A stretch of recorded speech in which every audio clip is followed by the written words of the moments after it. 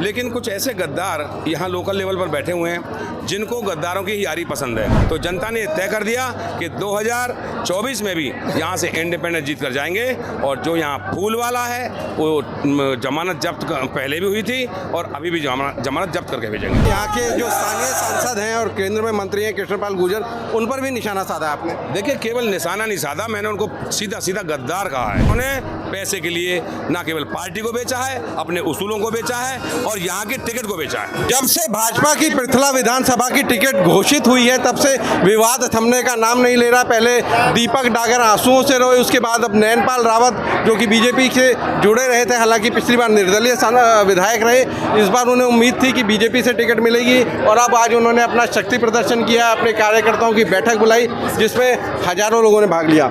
जी नैनपाल जी, क्या कहेंगे? देखिए, कहना क्या है, चुनाव है। मैंने भारतीय जनता पार्टी को अपनी माँ मानकर उसके साथ काम किया।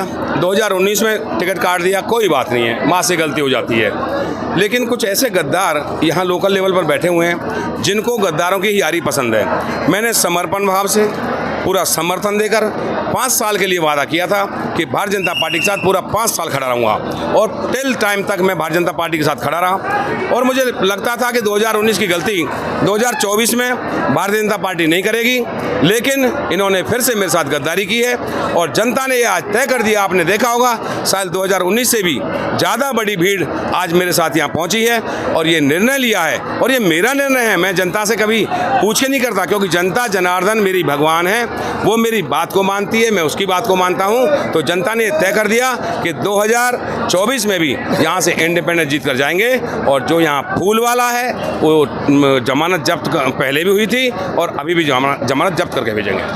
आपने यहाँ के जो स्थानीय सांसद हैं और केंद्र में मंत्री हैं कृष्णपाल गुर्जर, उन पर भी निशाना साधा आपने। देखिए, केवल निशाना नहीं साधा, मैंने उनको सीधा सीधा गद्दार कहा है, क्योंकि थैली लेकर के, पैसा लेकर के एक ऐसे कार्यकर्ता को जो आपका इतना निष्ठावान कार्यकर्ता है, आपने पिछली बार किसी एक व्यक्ति का घर के नाश कर दिया, अब की बार 3-4 लोगों के घर का नाश कर दिया।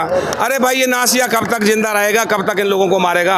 आज उनके घरों में दिया नहीं जल रहे। अरे मैं तो परमात्मा की दया से, मैं तो अपने जनता को भगवान मानकर, परमात्मा को साक्षी मानकर मैं तो जनता के ऊपर जिंदा रहता हूँ। जो मुझे जनता बचा लेगी, उन बेचारों को कौन बचाए? ना वो जनता जोड़ पाए, पैसा इकट्ठा करके इसके घर में दे दिया।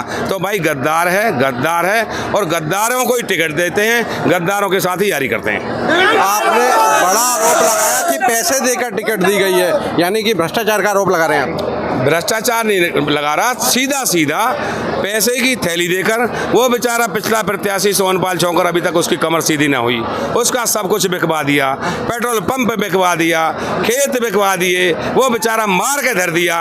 अब नया नया तुमने देखा होगा, परसों हमारा एक भाई रो रहा था, अरे आत्मा तो रहा, कितनी एक सपरोटा सा छोरा है इस पे, किस किस की बद्दुआ लेकर तू इसको लेके देके जाना चाहता है? अरे कोड़ हो जाएगा, मर जाएगा, मर जाएगा, तू नरक में जाएगा और यही नरक भोगेगा। आप देख लेना, मैं भी यही हूँ, आप भी यही नरक भोगेगा। अच्छा, आपने कहा कि जो प्रत्याशी जिसको टिकट मिली है बीजेपी की, वो कुछ दिन पहले तक गाली देते थे। मैं वही कह रहा हूँ, गद्दारों की गद्दारों से पड़ती है। मैंने 50 गाँव में इस चुनाव में भी, क्योंकि मुझे मोदी जी को पसंद करता हूं, मैं भारतीय जनता पार्टी को पसंद करता हूं और इस चुनाव में उनके साथ जितना प्रचार 20-25 गाँव में प्रचार क्षेत्र में किया तो किया, ये टोटल नेगेटिव था।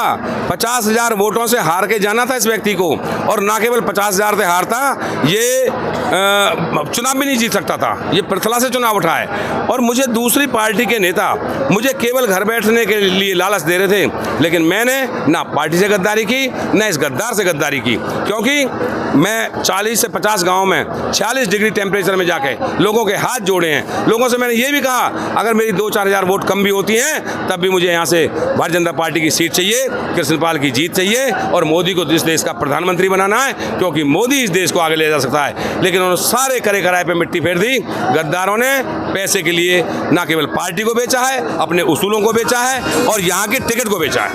2019 में भी आपकी टिकट कटी थी, फिर आपने कैसे विश्वास किया कि इस बार आपको टिकट मिलेगी? देखिए, मैंने ये विश्वास किया, एक बार गलती हो जाती है, ठीक है, किसी न किसी वजह से पार्टी को कोई ना कोई समस्या हो सकती है, कुछ अपर लेवल पे या नीचे लेवल पे कोई ना कोई दिक्कत हो सकती है, तो चेंज कर दी, कोई बात नहीं है। हो सकता है उन्होंने सोचा हो नैनपाल नहीं जीत पाएगा, और मैंने कहा 2024 तक मैंने ज़बरदस्त मेहनत की, विधानसभा में लड़ाई ली, राज्यसभा में लड़ाई लड़ी, और इनके लिए लोकसभा में लड़ाई लड़ी, और हमेशा पार्टी का झंडा बुलंद रखा 6 साल के लिए निष्कासित होने के बावजूद भी।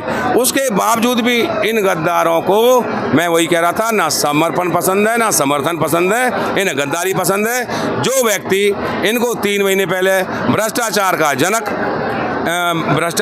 जनक और करप्शन पाल, हर भ्रष्टाचार में इनका नाम होता है। अरे बेशर्मो, कम से कम किसी और की ना सोचो, अपनी तो सोच लो, तुम कहाँ बैठे हो। अच्छा, अभी आपने अपने जब कार्यकर्ताओं को संबोधित कर रहे थे, आपने एक बात कही कि आपके 5 साल में मैंने 60% अपने लिए रखा, 40% जनता के लिए, इस बार 50-50 हो गया, तो इसका मायने क्या है? मैं बड़े स्पष्ट कहता हूँ, जो मैंने सरकार के माध्यम से, व्यापार के माध्यम से, अपना परिश्रम करके जो मैंने कमाया, क्योंकि देखिए एमएलए होने का मतलब ये नहीं है कि केवल भ्रष्टाचार का ही पैसा आएगा, केवल सरकार किसी रूप में पैसा देगी। एमएलए के पास काम करने के साधन है, बहुत सारी डीलरी जब एक आम आदमी कर सकता है, तो हमने भी अपना वैसा डीलरी में पहले भी करता था, और जो कमाया उस कमाई का 40% हिस्सा मैंने जनता को दिया, दुख में, सुख में, बीमारी में, विधवाओं को, जिनके घर पे छत ना रही, जिनके घर पे कमाने वाला आदमी ना रहा, उनको हॉस्पिटल में, और आपके शादी में, पता नहीं हजारों बेटी और बेटाओं की शादी जिनके गरीब थे, उनको मैंने सबको मदद दी है, और 40% अब के दिया। और अब मैं थोड़ी सी ठीक पोजीशन में हूँ, मतलब उतना गरीब नहीं हूँ, तो इसलिए अगर अब की बार जिताया जनता ने, तो 50-50 का सौदा, जो कमाऊंगा आधा लगाऊंगा जनता के लिए। तो यानी कि आपने कहा कि केवल भ्रष्टाचार नहीं, यानी कि कुछ तो है। नहीं, भ्रष्टाचार नहीं, केवल भ्रष्टाचार से पैसा नहीं आता, मैंने ये कहा, या सरकार के देने से पैसा नहीं आता, कमाने के साधनों तक कमाया जाता है। चलिए, हमसे बात करने के लिए धन्यवाद। तो ये थे नैनपाल रावत, जो कि पिछली बार निर्दलीय चुनाव लड़े थे, और इस बार फिर से दावा कर रहे हैं कि वो निर्दलीय चुनाव लड़ेंगे, क्योंकि इस बार पृथला से फिर से उन्हें उम्मीद थी कि बीजेपी की टिकट मिलेगी, वो नहीं मिली, तो इस बार वो फिर से दावा कर रहे हैं कि वो निर्दलीय चुनाव लड़ेंगे और बीजेपी कैंडिडेट को हराएंगे। हरियाणा तक के लिए फरीदाबाद से सचिन गौड़।